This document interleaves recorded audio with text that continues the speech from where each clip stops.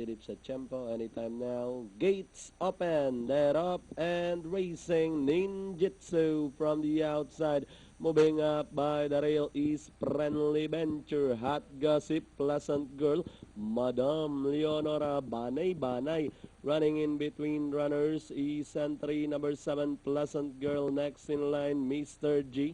Then comes Lifeline by the Real My Chic. Moving up, Si Patrol and Thrill of Victory is running at the tail of the field. Past the half-mile pole, 3 runners fighting it out for the lead. Madam Leonora takes the lead over Ninjutsu on the outside. Fighting back, then comes Friendly Venture and on the outside moving up. Banay Banay together with Pleasant Girl, Hot Gossip as they rounded the last 450. Ninjutsu by about 2 lengths now. Then running by the real Madam Leonora, Banay Banay is on the outside. Pleasant Girl 6 and moving up is Mr. J.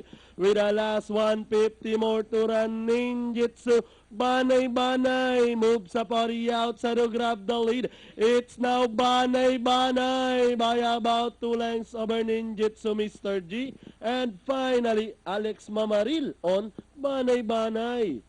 6A Ninjutsu, Mr. G, Pleasant Girl, Madam Leonora, Lifeline. For your Mm-hmm.